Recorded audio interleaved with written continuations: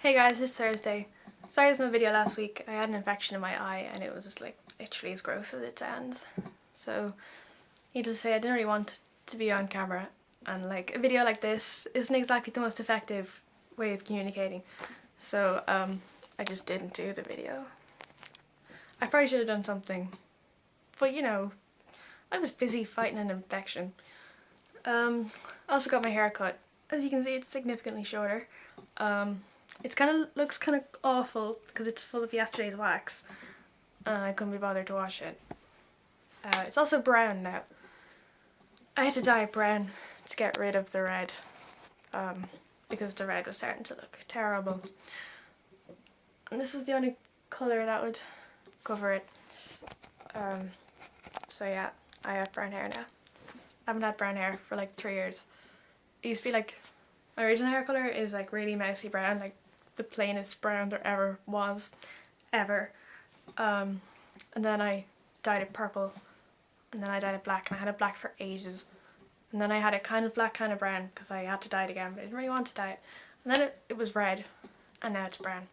The original plan at the start of summer was to go like a kind of a sandy blondie colour, but then the hairdresser was like, hey, let's dye your hair red, and I was like, yes, let's do that.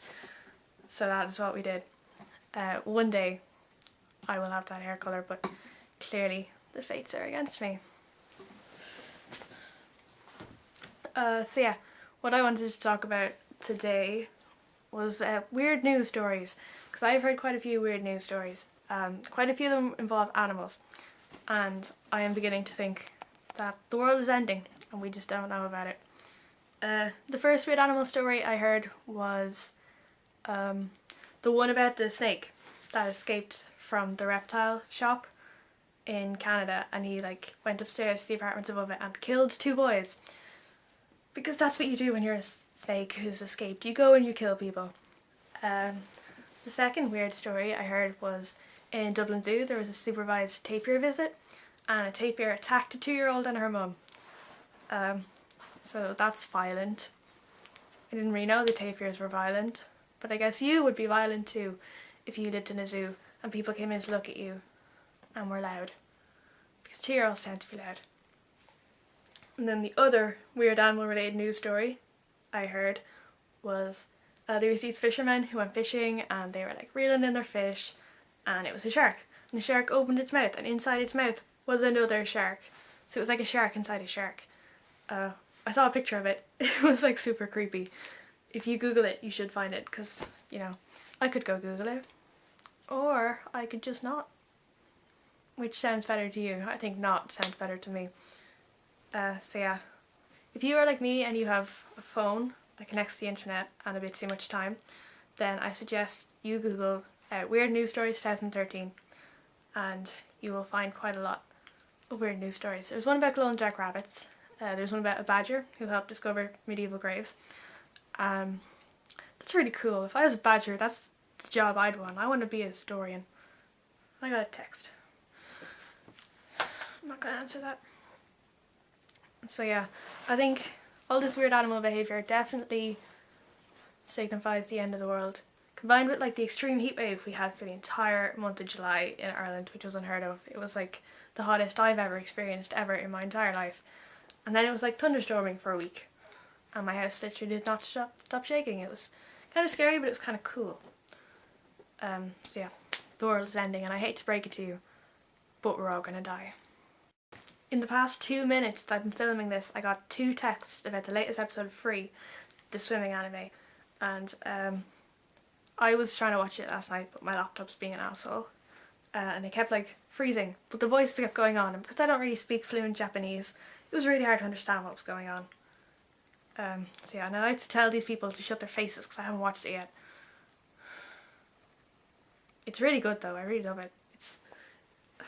It's kind of like the gayest straight thing there ever was, and all the characters are so cool, and yeah, no, it's really great. You should watch it if you haven't already watched it. Yeah, definitely one of my anime recommendations to anyone, even if you don't like anime. Just watch Free, just do it. And then go search the Tumblr tag, because it'll ruin your life. I haven't watched it yet. Shh.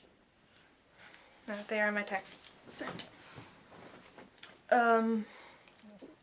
Yes, I wanted to show you my tiny can of Sprite, but I think I lost it. Where did I leave my grapes? That must sound really weird, but I had grapes and I put them down somewhere. I also had a tiny can of Sprite, it was like this big. But I lost that too, that's with the grapes.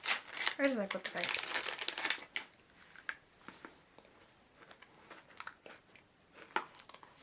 As you can see, I'm not really organised this week, but at least it's a video. Quite a lot of non-videos on the channel this week.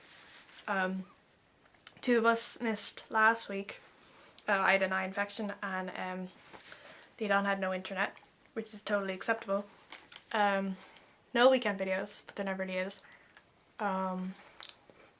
And then no videos Mondays and Tuesday.